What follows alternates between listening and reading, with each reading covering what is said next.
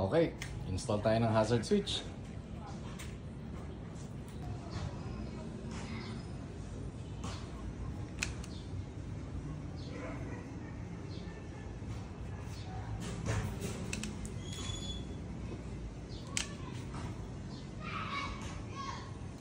Ilaw, both hazard. Ayan. Ayan pag-install ng hazard. Okay.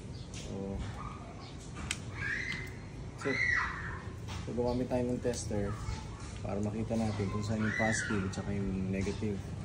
So ngayon, tinanggal muna natin yung wiring. Meron tayong signal light. Left. Okay, right. Ngayon naman, i-install natin ng isang aparato. Ito yung tinatawag na hazard relay for Vespa, kasi ito ay circuit, mga diode, saka yung relay na siniris natin dyan. Isasend ko sa inyo kung paano natin gagawin ito para lahat tayo magkaroon ng hazard, kasi ang 150, 125 ay hindi naman talaga nagkaroon ng feature ng hazard. So tayong mga DIYers ay gumagawa ng ganito para naman makatipid. Ika nga.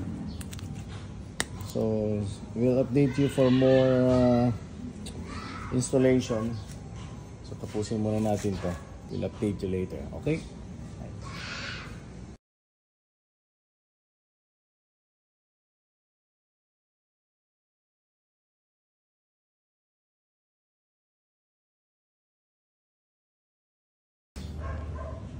Okay, dito natin ilalagay yung negative. Ito. Okay, ito yung isang pula at saka isang itim. Actually, ito DIY lang to. So, this is circuit na ilalagay naman natin to sa left at saka sa right. Linya ng kuryente. So, hahanapin lang natin dyan kung saan yung linya ng kuryente. Like for example, ito, i-test natin kung saan yung kaliwa. Try hanapin muna natin yung kaliwa. Ito yung kaliwa dyan. Yung blue line, and yung right, signal right, yung white wire na may blue line. Ayan, that's it. Ganun lang kasimple.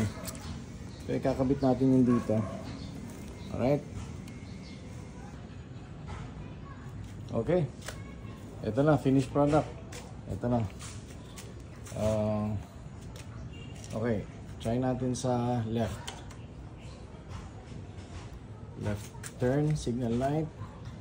And right turn, signal light.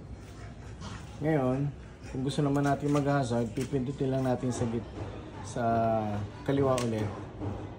And then, mag-activate na yung hazard. Alright, so ulitin natin. Pindutin natin sa gitna. Right. Pindut ulit sa gitna. Left.